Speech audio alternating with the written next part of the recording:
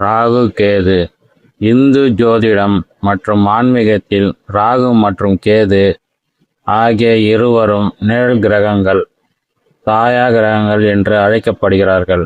இவர்கள் மற்ற கிரகங்களைப் போல இயற்பியல் வடிவம் பிசிக்கல் பாடி அற்றவர்கள் என்றாலும் மனிதனின் ஆன்மீக பயணத்தில் மிக முக்கிய பங்காற்றுகின்றனர்.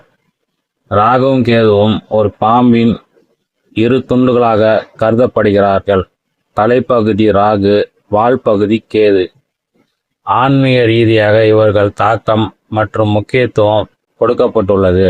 ராகுவின் ஆன்மீக பார்வை ஆசையும் மாயையும். ராகு என்பது பௌத்திக ஆசைகள், உலகியல் இன்பங்கள் மற்றும் மாயையின் மாயா காரகன் ஆவார். ராகு தேடலின் உலகப் பொருட்களின் பின்னால் ஓட வைக்கிறார். ஆன்மீகத்தில் தொடக்க புள்ளியாக ராகு அமைகிறார். ஏனென்றால் உலக ஆசைகள் அனைத்தையும் அனுபவித்து அதில் ஏமாற்றம் அடைந்து தளிப்புற்று பிறகே ஒருவருக்கு உண்மையான ஆன்மீக தேடல் தொடங்கும். அதிதீவிர பக்தி. ராகுவின் தாக்கம் வலுவாக இருக்கும்போது சிலர் தீவிரமான வழக்கத்திற்கு மாறான ஆன்மீக பாதைகளை, உதாரணமாக தந்திர மார்க்கம், மந்திர சாஸ்திரங்கள் தேர்ந்தெடுக்கலாம். கேதுவின் ஆன்மீக பார்வை ஞானமும் மோட்சமும். கேதுவை ஜோதிடத்தில் மோட்சக்காரகன், ஞானக்காரகன் என்று அழைப்பார்கள். ஆன்மீகத்தின் உச்சக்கட்ட நிலையை குறிப்பவர் கேது. பற்றற்ற நிலை. கேதுவின் தலை இல்லை, உணர்ச்சிகள் அல்லது ஆசைகள் இல்லை, உடல் மட்டுமே உள்ளது.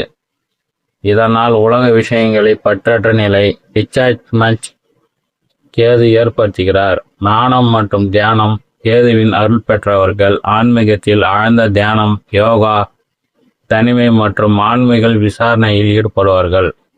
விடுதலை. கர்ம வினைகளில் இருந்து விடுபட்டு பிறவி பெருங்கடலை நீங்கி மோட்சம், முக்தி அடைவதற்கு கேதுவின் அருள் மிக அவசியமாக கருதப்படுகிறது. ராகு கேதுவின் ஆன்மீக சமநிலை. குண்டலி விழிப்புணர்வு.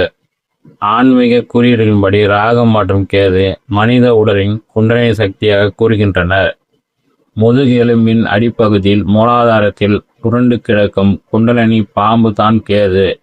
அது ஆன்மீக பயிற்சியின் போது மூலம் விழிப்படைந்து உச்சந்தலை சகஸ்கரா சக்கரத்தை நோக்கி பயணிப்பதே ராகுவின் இலக்கு. சுருக்கமாக சொன்னால், ராகு உங்களை உலகில் அனுபவங்களை நோக்கி இழுப்பார். கேது அந்த அனுபவங்களின் வழியே உங்களுக்கு ஞானத்தை கொடுத்து ஆன்மீக விடுதலைக்கு, மோட்சத்திற்கு வழிவகுப்பார். இவர்கள் இருவரும் ஒரே நாணயத்தின் இரு பக்கங்கள் போன்றவர்கள்.